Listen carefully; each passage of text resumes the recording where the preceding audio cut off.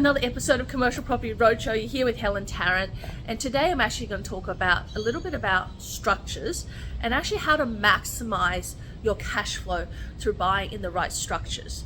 And I think this is the thing that most people miss, is that they think structures is only to do asset protection, but structures also comes from whether you should be doing depreciation, whether you should be doing minimizing cash flow in terms of distributing it to your partners or your associated entities to save that tax, right? So if you are single and you are buying the property and you have a family structure and you're only distributing it to yourself, then really you're paying the highest tax bracket. It doesn't make sense, right? So it's really about planning that and having that foresight. And this is where most people get it wrong, because in residential, you start with a property that you're going to put in your own name, or you're going to put between you and your partner's name, and then that's it, right? That's all you're going to do, and you never think about it. And then when you buy the next one, you do the same, and so forth and so on. But that's not really how you do it in commercial, because I want you to think about it and how the different structures matter when you purchase. Because firstly, you'll consider commercial rental is going to be negative. So what they're going to do is, while they're negative, you're going to want to have that negative gearing between the two of you, or whoever has the highest tax bracket. Now, it doesn't work in commercial. It's the other way around, right? You need to find someone with a lower tax bracket and distribute the income to them, right? Because let's say that you're buying $1 million property, and after all the mortgages and everything else, you're going to clear, let's say $10,000 or even $20,000, depending on where you buy it, as cash flow. Now that cash flow comes in pure cash flow after the mortgage, after all your outgoings, after all your deductions. You have $10,000 or $20,000. Now, what do you do with that $10,000 or $20,000? Through to themselves, right? So you buy the $1 million, you got the $20,000, you're earning $70,000 a year as a wage, or $100,000 as a wage, right? Now your taxable income's gone to $110,000 or $120,000. It's added onto it. Now, if you buy this property in a family trust structure, right?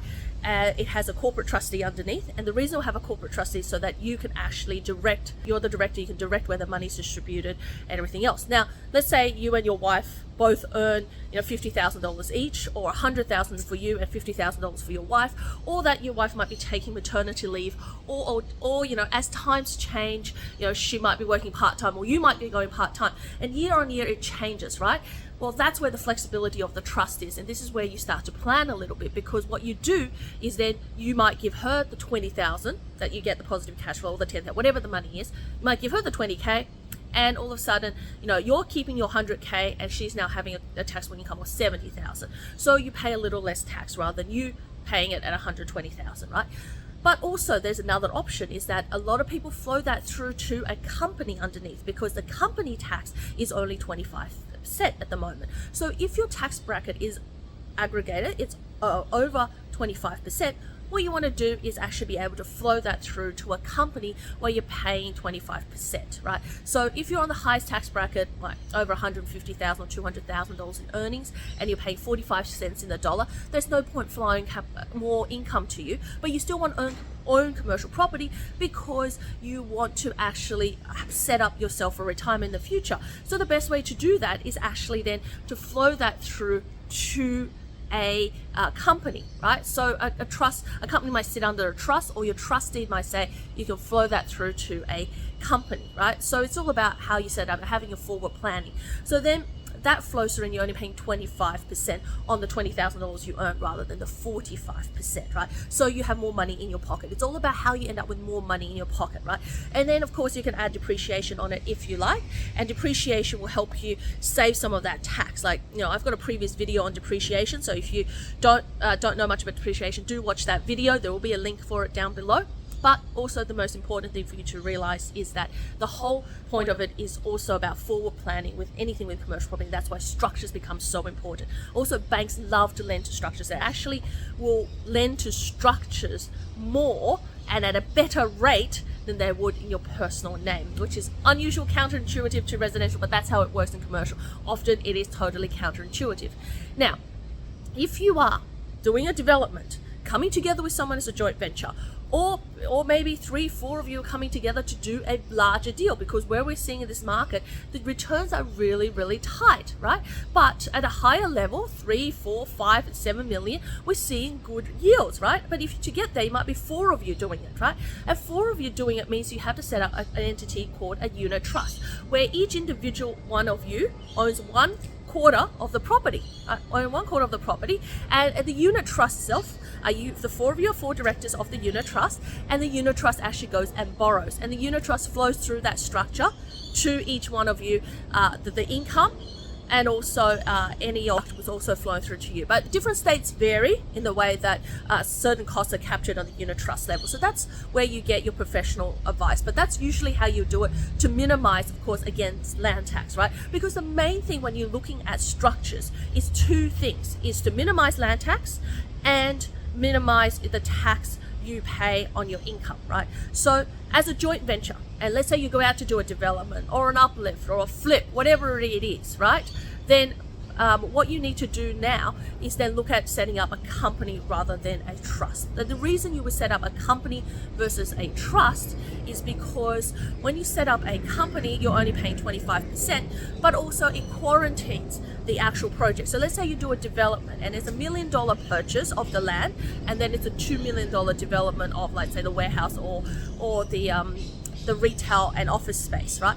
And then you might sell it for 4. Right? And that may be that you and your partner or whoever is going to be directors or shareholders of the actual company puts in the 1 million. You guys buy the land, you go to the bank, and the company borrows for that 2 mil. Then you make that profit when you sell it at 4 mil. You take away everything, you've earned $1 million. You pay 25% of that tax, the 250,000, the 750. You guys who are the shareholders gets that dividend, right? But the thing is, right, it quarantines from everything else in case something happens to the development. So let's say the development's running late. Let's say that the development meets a snag. Let's say the development defaults and you can no longer pay your debts. This is where the bank can come in and just swallow and take over that whole entity. So in commercial property, what I want you to think is, instead of a whole aggregate together and little entities, and the reason you would do that is so that each property and each deal and each strategy is quarantined.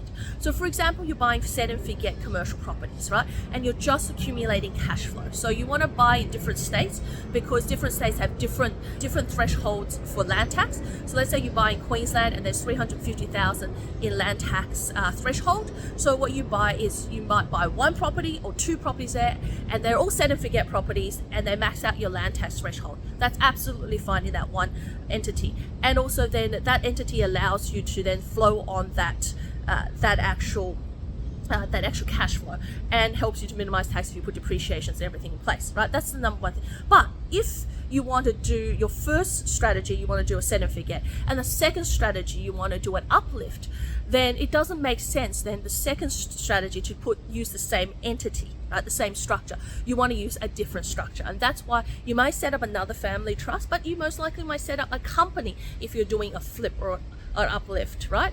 And you might use that company to continuously do developments, continuously do flips, and going forward. So you quarantine each of the strategies. While the strategies are the same, you can keep them in the same entity, or I would, but different people vary, and you must consult your accountant on this. But then when you get to the second strategy and you're doing uplifts, then you want to be able to hold that in a separate entity, so that in case something happens, you can absolutely collapse that entity or sell off, or if the bank needs to take over that entity more than anything else, it doesn't affect the rest of the other properties in that entity, and it keeps your cash flow safe and your flips separately, right? And of course, when you're looking at growth properties, depending on your strategy, you might choose to hold it in a company because you're at the highest tax bracket, or you might do it in a trust. So each strategy and each structures matter, but the main thing to look at in commercial property to get the best cash flow for yourself is, now that the interest rate is higher, you've got to really study how you can minimize the tax you pay on your cash flow, and also the thresholds you have for land tax. Those are 2 really, really important things, and you can do that through having entities and buying in the right entity, because you'll save on interest rates, because sometimes the bank puts a penalty on individuals borrowing for commercial, go figure, right? And that you can distribute to family members. So for example, you may have a mother that is not working at the moment, or you may have a sister that's not working, or your children might have just turned 18 and only earning 20 or 30 or $40,000, but you're getting your $20,000 positive cash flow. You can distribute to them, and that means you'll save tax, or sometimes you might not pay any tax at all. So these things, that's what makes trust so good when it comes to distribution. But also companies helps you to quarantine, but helps you to make sure that your partners and shareholders can come together and do deals together. And of course, unit trust helps you to do larger deals, and it also helps you to then plan out your tax effective strategy. So of course, I'm not a tax accountant, I'm not a financial planner, but this is where you seek professional advice, but this is how I've done it. Everything I want to tell you and share with you in commercial property space is about how you can maximize cash flow, maximize your growth, and really uplift so you can continuously grow your portfolio. So this is all practical strategies, and I'm happy to discuss it with you, because when you plan out a portfolio, you're going to plan out the entities ahead of time, so you're not scrambling beforehand. And that's when most people fail, when they transition from residential to commercial. They don't know how to plan the entities, and they buy the wrong entities, and they end up paying a lot of tax, and later on it's too expensive for them to cash out and change the entity because of the double stamp duty, right? So that's something you got to be aware of. So if with some foresight, with some planning, you can absolutely minimize the tax you pay, and which means it gives more cash flow, put more cash flow in your pocket, especially in this market where you get a higher interest rate, and the spread between commercial property, what you get in terms of yield and what you're getting in interest rate are being squeezed. You need to make sure you have a very tax effective strategy. You're buying in the right entities, right? And so if you need help with that, you need help to structure, reach out to us, helen@unicorn.com.au. And don't forget, if you want to find out more about strategies and commercial property and how to build a property and a property portfolio and how to become financial free in a short space of time, reach out to us, buy the book, and I'll see you in the next video. Bye for now.